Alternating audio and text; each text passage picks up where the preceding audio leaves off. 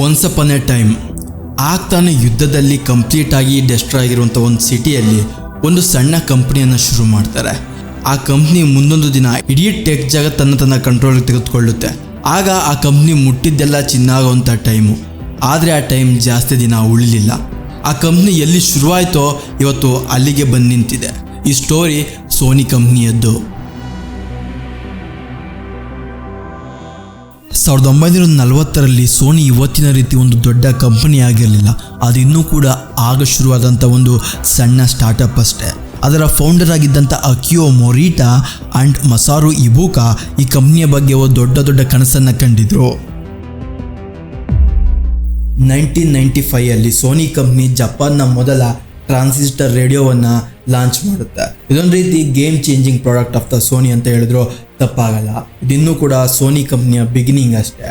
ಅದಾದ ನಂತರ ಸೋನಿ ಅನೇಕ ಪ್ರಾಡಕ್ಟ್ಗಳನ್ನು ಲಾಂಚ್ ಮಾಡ್ತಾ ಬರುತ್ತೆ. ಇನ್ ದ ಇಯರ್ 1968 ಸೋನಿ ಮೊದಲ ಕಲರ್ ಟಿವಿನ ಕೂಡ ಲಾಂಚ್ ಮಾಡುತ್ತೆ. ಇದೊಂದು ರೀತಿ ಸೋನಿಯ ಗೇಮ್ ಚೇಂಜಿಂಗ್ ಪ್ರಾಡಕ್ಟ್ ಆಗಿತ್ತು ಆ ಟೈಮ್ಗೆ. But in 1979 Sony did something incredible fucking innovation. That is they launched the Walkman. ಈ ವಾಕ್ಮ್ಯಾನ್ ಅಂದರೆ ಒಂದು ಪೋರ್ಟಬಲ್ ಮ್ಯೂಸಿಕ್ ಪ್ಲೇಯರ್. ಅವ್ರು ಎಕ್ಸ್ಪೆಕ್ಟ್ ಮಾಡಿದ್ದು 2 ತಿಂಗಳಲ್ಲಿ ಮಿನಿಮಮ್ 5,000 ಪ್ರಾಡಕ್ಟ್ ಸೇಲ್ ಆಗ್ಬೋದು ಅಂತ. ಆದರೆ ಅಲ್ಲಾಗಿದ್ದು ಮೋರ್ ದೆನ್ 30,000+ ಪ್ರಾಡಕ್ಟ್. ಹಾಗೆ ಮುಂದೆ ಹೋಗಿ ಈ ಪ್ರಾಡಕ್ಟ್ ಒಂದು ಸಿಂಬಲ್ ಆಫ್ ಸ್ಟೇಟಸ್ ಆಯಿತು. ಅದಾದಮೇಲೆ ಸೋನಿ ಇಲ್ಲಿಗೆ ನಿಲ್ಲಿಲ್ಲ. ತನ್ನ ಬಿಸ್ನೆಸ್ಸನ್ನು ಎಲ್ಲ ಕಡೆ ಎಕ್ಸ್ಪ್ಯಾಂಡ್ ಮಾಡೋದಕ್ಕೆ ಶುರುವಾಯಿತು. ಅದರಲ್ಲಿ video games, audio systems, digital camera and televisions. In the year 1990 Sony ಇಡೀ ಎಲೆಕ್ಟ್ರಾನಿಕ್ ಮಾರ್ಕೆಟನ್ನು ಡಾಮಿನೇಟ್ ಮಾಡಿತ್ತು. Sony become unstoppable in that moment. But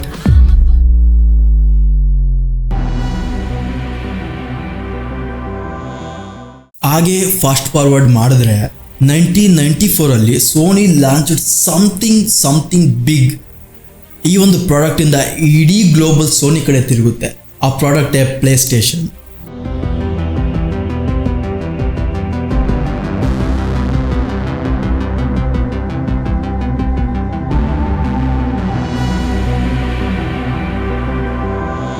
ಹಾಗೆ 2000 ಈ PlayStation more than 100 million ಪ್ರಾಡಕ್ಟ್ಗಳು ಸೇಲ್ ಆಗಿದ್ವು. ನೆಕ್ಸ್ಟ್ ಈ ಸೋನಿ ಕಂಪ್ನಿಯಿಂದ ಬಂದಂಥ ವೇಗ, ಬ್ರಾವಿಯಾ ಟಿವಿಗಳ ಪಿಕ್ಚರ್ ಕ್ವಾಲಿಟಿ ಆ್ಯಂಡ್ ಕರ್ವ್ ಡಿಸ್ಪ್ಲೇಯಿಂದ ಈ ಎಂಟೈರ್ ಟಿವಿ ಮಾರ್ಕೆಟನ್ನೇ ಡಾಮಿನೇಟ್ ಮಾಡಿತ್ತು. ಸೋನಿಗೆ success after the success. Sony at the top at that moment. But ಎಲ್ಲ ಟೈಮಲ್ಲೂ ಗೋಲ್ಡನ್ ಏರ ಇರೋದಿಲ್ಲ. ಅರ್ಲಿ 2000 ಆಲ್ರೆಡಿ ಮಾರ್ಕೆಟ್ಗೆ ಸ್ಯಾಮ್ಸಂಗ್, GLG ಎಂಟರ್ ಆಗಿದೆ. ಆ ಟೈಮ್ಗೆ ಆಲ್ರೆಡಿ ಸ್ಯಾಮ್ಸಂಗ್ LCD ಟೆಕ್ನಾಲಜಿಯನ್ನು ಇಂಟ್ರೊಡ್ಯೂಸ್ ಮಾಡ್ತಿದ್ರೆ LG ಟಿವಿಗಳು QLED ಟೆಕ್ನಾಲಜಿಯನ್ನು ಇಂಟ್ರೊಡ್ಯೂಸ್ ಮಾಡಿದರು. ಆದರೆ ಸೋನಿ ಅದೇ ಹಳೆಯ ಟೆಕ್ನಾಲಜಿಯ ಮೇಲೆ ಟಿವಿಸ್ಗಳನ್ನು ಮಾಡ್ತಿದ್ರು. ಇದರಿಂದ ಕಸ್ಟಮರ್ಸ್ಗಳು ಸೋನಿಯಿಂದ ಸ್ಯಾಮ್ಸಂಗ್ ಶಿಫ್ಟ್ ಆಗೋಕ್ಕೆ ಶುರುವಾದರು. Sony strategy was clear: premium product for a premium price. ಆದರೆ ಅದರ್ ಆ್ಯಂಡ್ ಸ್ಯಾಮ್ಸಂಗ್ ಮತ್ತು GLGಗಳು ಕಡಿಮೆ ಪ್ರೈಸಲ್ಲಿ ಹೊಸ ಟೆಕ್ನಾಲಜಿಯನ್ನು ಕೊಡೋದಕ್ಕೆ ಶುರು ಮಾಡಿದ್ರು. ಇದರಿಂದ ಸೋನಿಯ ಸ್ಪೇಸನ್ನು ಕಂಪ್ಲೀಟಾಗಿ ಬೇರೆ ಕಂಪ್ನಿಗಳು ರೀಪ್ಲೇಸ್ ಮಾಡಿದ್ರು. ಫೈನಲಿ 2010 ಸೋನಿ OLED ಟಿವಿಸ್ಗಳನ್ನು ಲಾಂಚ್ ಮಾಡುತ್ತೆ. But it's too late.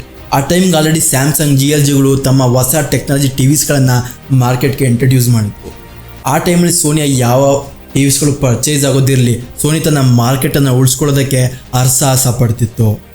And ಆ ಟೈಮ್ಗೆ ಇಂಟ್ರೊಡ್ಯೂಸ್ ಆಗಿದ್ದಂಥ ಸ್ಟ್ರೀಮಿಂಗ್ ಟೆಕ್ನಾಲಜಿಗಳಾದಂಥ ನೆಟ್ಫ್ಲಿಕ್ಸ್, ಅಮೆಝಾನ್ ಪ್ರೈಮ್ಗಳನ್ನು ಜನ ಯೂಸ್ ಮಾಡೋದಕ್ಕೆ ಶುರು ಮಾಡಿದ್ರು.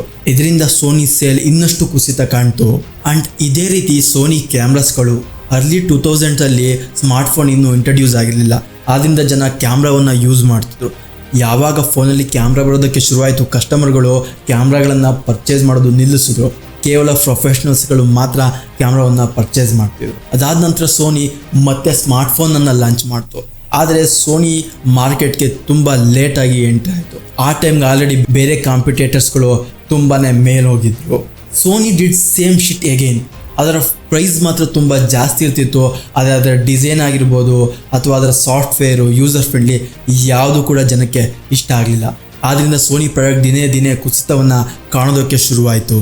ಇನ್ನು ಸೋನಿಯ ಹಳೆ ಪ್ರಾಡಕ್ಟ್ಗಳನ್ನಾದರೂ ಇಂಪ್ರೂವ್ ಮಾಡೋಣ ಅಂದರೆ ಆಲ್ರೆಡಿ ಬೇರೆ ಕಂಪ್ನಿಯ ಪ್ರಾಡಕ್ಟ್ಗಳು ಸೋನಿಯ ಪ್ರಾಡಕ್ಟ್ಗಳನ್ನು ಕಂಪ್ಲೀಟಾಗಿ ರೀಪ್ಲೇಸ್ ಮಾಡಿದ್ವು. ಈಗ ಸೋನಿಗೆ ಉಳಿದಿರೋಂಥದ್ದು PlayStation and Sony broadcasting ಅಷ್ಟೇ. ಇವತ್ತು ಕೂಡ ಸೋನಿ ಪ್ರಾಡಕ್ಟ್ಗಳು ಕ್ವಾಲಿಟಿ ಆ್ಯಂಡ್ ಡ್ಯೂರಬಿಲಿಟಿ ಯಾವ ಪ್ರಾಡಕ್ಟ್ಗಳು ಕೂಡ ಕೊಡೋದಿಲ್ಲ. ಒಂದು ಕಾಲದಲ್ಲಿ ಇಡೀ ಟೆಕ್ ಸಾಮ್ರಾಜ್ಯವನ್ನೇ ಡಾಮಿನೇಟ್ ಮಾಡಿದಂಥ ಕಂಪ್ನಿ ಇವತ್ತು ಎಲ್ಲವನ್ನ ಕಳ್ಕೊಂಡು ಮತ್ತೆ ಝೀರೋಗೆ ಬಂದಿದೆ. ನೀವೇನಾದರೂ ಒಬ್ಬ ಟೈಲರ್ ಶುರು ಮಾಡಿದಂಥ ಬಿಸ್ಕೆಟ್ ಕಂಪ್ನಿ ಹೇಗೆ ಪ್ರಪಂಚಾದ್ಯಂತ ಮೋಸ್ಟ್ ಸೆಲೆಡ್ ಬಿಸ್ಕೆಟ್ ಆಯಿತು ಅಂತ ನೋಡಬೇಕು ಅಂದರೆ ಈ ವಿಡಿಯೋವನ್ನು ನೋಡಿ.